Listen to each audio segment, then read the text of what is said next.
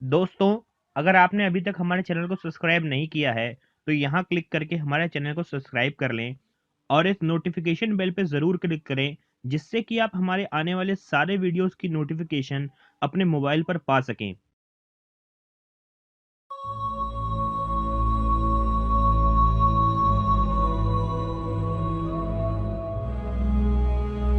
नमस्कार दोस्तों, रहस्य टीवी के इस भाग में आपका हार्दिक स्वागत है।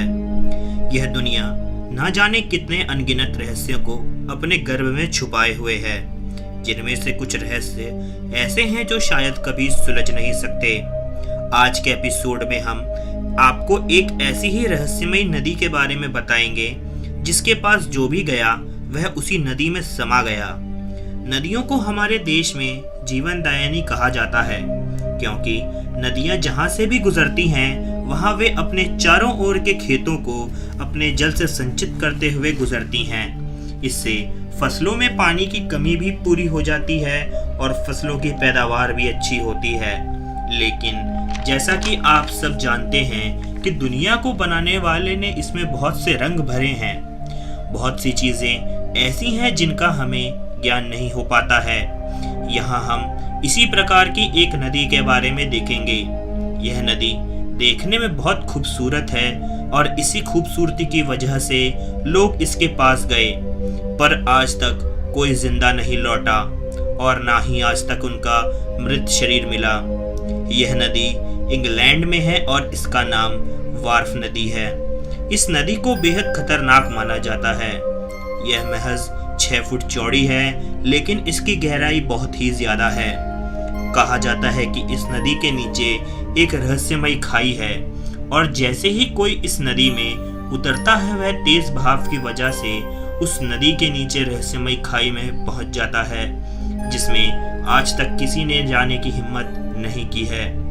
कई बार वैज्ञानिकों ने इस नदी में आधुनिक उपकरणों की मदद से उस खाई में देखने की कोशिश करी, परंतु जैसे ही वह उपकरण पानी में उस खाई के पास जाता था, वह खराब हो जाता था और वहीं नुकीली चट्टानों से टूटकर गिर जाता था।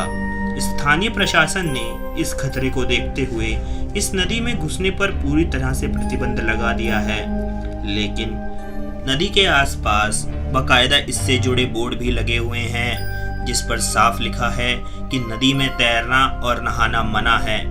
हालांकि इसके बावजूद कई लोग गलती से इस नदी में घुसकर अपनी जान गंवा चुके हैं। साल 2010 में एक 8 साल के लड़के की मौत इस नदी में डूबने की वजह से हो गई थी। इसको पार करने के चक्कर में भी कई लोगों की मृत्यु हो चुकी है। इस प्रकार से यह नदी अब तक कई मौतों की वजह बन चुकी है। ऐसा कहा जाता है कि इस क्षेत्र पर लेडी अलाइस रूमिली नाम की महिला का अधिकार था। 1154 में उसके बेटे की मृत्यु इस नदी में जाने की वजह से हो गई थी।